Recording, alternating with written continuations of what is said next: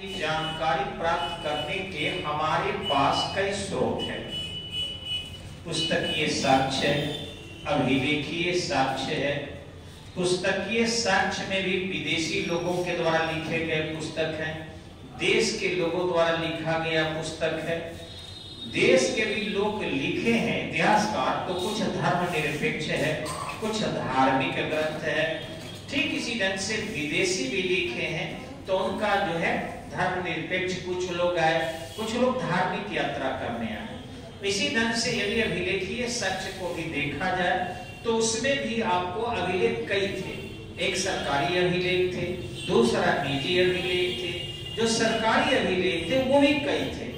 सरकारी अभिलेख में कई होते थे कि पत्थर पर लिखे जाते थे, कई ताम्र पत्र पर लिखे जाते थे, कई स्वर्ण पत्र पर भी लिखे हुए हैं। तो इस तरीके से ये सब मिले हैं। लेकिन निजी में जो है वो पाषाणों पर भी लिखे जाते थे, लौह पत्र पर भी लिखे जाते थे, वगैरह वगैरह। अब प्रतियोगिता परीक्षा में अगर आप बीपीएससी का परीक्षा दे रहे हैं या आईएएस के दे रहे हैं, या फिर आप यदि बिहार दरोगा का देने जा रहे हैं, या किसी भी एग्जाम के जीके जीएस से संबंधित यदि आप जानकारी लेकर देना चाहते हैं और सफलता प्राप्त करना चाहते हैं, तो मैं थोड़ा सा आपको यहाँ बता दूं कि देखिए ये गुप्त काल का जो है स्रोत के अंतर्गत कुल आपके 42 अभिलेख जो है मिले हुए हैं। और इन 42 के अंतर्गत यदि आप देखेंगे तो इस 42 में 23 निजी है और 19 सरकारी है। इस 42 अभिलेख में, अभिलेख बोलते हैं जिनको किसी भी आधिकारिक रूप से पाषाण पर, लोहा पर, ताम्र पर लिखा जाता है, इसी ढंग से अभिलेख है। तो 23 आपके निजी अभिलेख मिले हैं, राजा ही अपना निजी लिखवाते थे, और 19 जो है सरकारी अभिलेख मिले। ठीक इसी ढंग से यदि इसको आगे बढ़ाए तो इसमें अगर आप देखते हैं फिर यहाँ आने के बाद कि ये जो कुल 42 हैं तोड़ते हैं, तो 27 जो है आपके पत्थरों पर तो लिखे गए थे, 27 जो है आपका पत्थरों पर लिखे गए थे, इसलिए 27 शिलालेख। और ये जो है 15 अभिलेख है, दोनों को जोड़ दीजिएगा तो 27 15 42 फिर हो जाएगा। ठीक इसी ढंग से अगर आप इस 27 को देखेंगे तो 22 दान पत्र से संबंधित था। ये जो 27 शिला पर लेख आप देख रहे हैं, इसमें 22 जो है आपका ये निजी दान पत्र था और एक जो है आपका निजी था। तो ये दोनों अगर जोड़ लीजिएगा तो 23 हो जाएगा, एक जोड़कर 22। यहाँ देखेंगे एक सरकारी दान पत्र था और 4 प्रशस्तियां थी। अब प्रशस्ति में होता क्या है कि उसमें राजा की और राज्य की बड़ाई किया जाता है। अभी 4 प्रशस्ति में 2 समुद्रगुप्त की थी और 2 आपके स्कंदगुप्त की थी।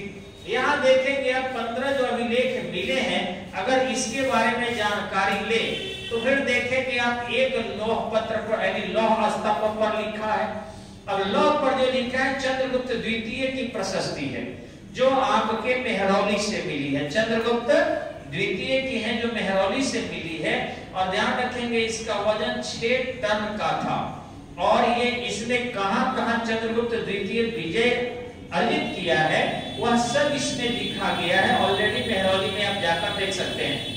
पहले विष्णु ध्वज पहाड़ी पर था जहां राष्ट्रपति भवन है, लेकिन कुतुबुद्दीन ऐबक जो है इसको निकलवाकर यहाँ रखवा दिया था जहां कुतुब मीनार उसने बनवाया था। ठीक इसी ढंग से यहाँ देखेंगे तंबा पर भी लिखे गए 14 हैं। अब जब एक यहाँ लोहा पर 14 तंबा पर, कुल यहाँ देख रहे हैं आप कितने हैं ऑलरेडी प्रशस्तियां, तो ये है यहाँ 15 है। ये 15 जो है नीचे आकर आपको यहाँ हो जाता है 14 ताम्रपत्र और एक लौह। अब इसके बाद और यदि इसको डिवाइड करते हैं आप, तो इस 14 में से आप देखेंगे तो 3 जो है राजकीय भूमि अनुदान से संबंधित है। यानी जो 3 जो था आपके ताम्रपत्र, उसमें राजा भूमि दान किया है। ऐसे गुप्तों के समय में भूमि दान ज्यादा हुआ करता था। आपको शायद पता होगा कि पहले सातवाहन सबसे पहले भूमि दान करते थे और तत्पश्चात गुप्त ने इतना दान किया कि सामंतवादी प्रथा आ गई। तो ये 3 राजकीय भूमि अनुदान मिला हुआ है जो ताम्रपत्र पर है। ठीक इसी ढंग से 10 जो है ब्राह्मणों को, और यहाँ देख रहे हैं कि अन्य जो है धर्माधर्म भूमि प्रदान करने का है, यानी मंदिर है, तो 10 ताम्रपत्र मिले हैं जिसमें ब्राह्मण और मंदिरों को भूमि देने का प्रमाण मिलता है। और आगे एक देख रहे हैं आप कि धर्मस्व निजी लेख है, तो इस ढंग से 10 और 3 13 1 14 ताम्रपत्र प्राप्त हुए हैं। अगर इससे थोड़ा सा आगे बढ़कर देखते हैं कि किस तरीके से इनके अभिलेख थे, तो समुद्रगुप्त के देखिए शासक थे, 4 अभिलेख मिले हैं। अब ये समुद्रगुप्त में देखिए इलाहाबाद का पाषाण मिला है जो आपके प्रयाग में है, दूसरा है एरन पाषाण मिला है, तीसरा नालंदा पाषाण पत्र मिला है, और चौथा गया में ताम्रपत्र मिला है। ठीक इसी तरह से चंद्रगुप्त द्वितीय का अगर देखें तो इसका 6 जो है आपके अभिलेख मिले हैं। इसमें से अन्य 5 अनुदान जो है व्यक्तिगत वर्णन करता है, और एक आपके मेहरौली का मिला है। मेहरौली का पूछे तो चंद्रगुप्त द्वितीय का है। ठीक इसी से देखेंगे कुमारगुप्त का, तो ध्यान रखेंगे कुमारगुप्त प्रथम के 14 अभिलेख मिले हैं। अगर ढंग से जोड़ दिया जाए तो 4 और जुड़ जाते हैं, 18 हो जाते हैं, यानी सबसे ज्यादा कुमारगुप्त के ही अभिलेख मिले हैं। इसमें ध्यान रखें 5 सरकारी ताम्रपत्र है, 9 व्यक्तिगत वृत्तांत है, और जो है आपका 9 5 14 हो, और 4 जो है हाल में लघु शिलालेख के रूप में प्राप्त हुआ है। स्कंदगुप्त के देखेंगे 5 है, जिसमें जूनागढ़ शिलालेख है, भीतरी स्तंभ लेख है, दौर पाषाण लेख है। इसी ढंग से बुद्धगुप्त के 7 जो है पहाड़पुत्र ताम्रपत्र में मिला है, 7 अभिलेख है। पूर्वगुप्त के 1 है, नरसिंहगुप्त के 1 है, कुमारगुप्त के 1 है, विष्णुगुप्त के 1 है, वन्यगुप्त के 1 है, भानुगुप्त के 1 है। तो इस तरीके से ये सारी प्रशस्तियां जो है बताती है।